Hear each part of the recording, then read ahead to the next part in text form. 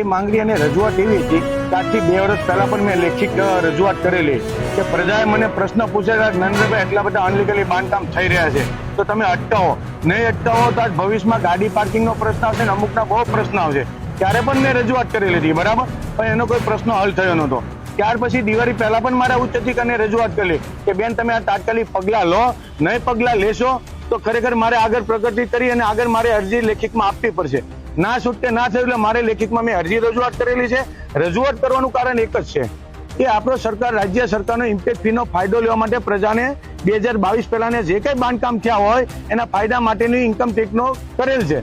પણ આનો ગેરઉપયોગ કરી રહ્યા છે અધિકારીઓ કે 2023, 24, 25માં બાંધકામ કરી રહ્યા છે અને એનું આર્કિટેક્ટ પાસે 2022 પહેલાનું બોગસ રીતે સર્ટિફિકેટ લઈ અને અધિકારીના મેળા પીપળામાં કરી અને ઇમ્પેક્ટ ફીનો ઉપયોગ કરી રહ્યા છે એવું મને જાણવા મળેલ છે.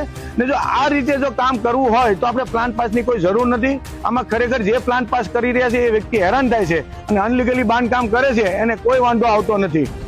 આની બીજો પ્રશ્ન કે મારે કોર્પોરેટર તરીકે ભારતીય જનતા પાર્ટીના કોર્પોરેટર મને આનંદ છે કે મારે ખોટું થતું હોય તો મારે રજૂઆત કરવી પડે, એ મારી રજૂઆત છે. ને પ્રજા મને પૂછે છે કે નરેન્દ્રભાઈ એટલા બાંધકામ થઈ રહ્યા છે તો તમારો આમાં શું છે?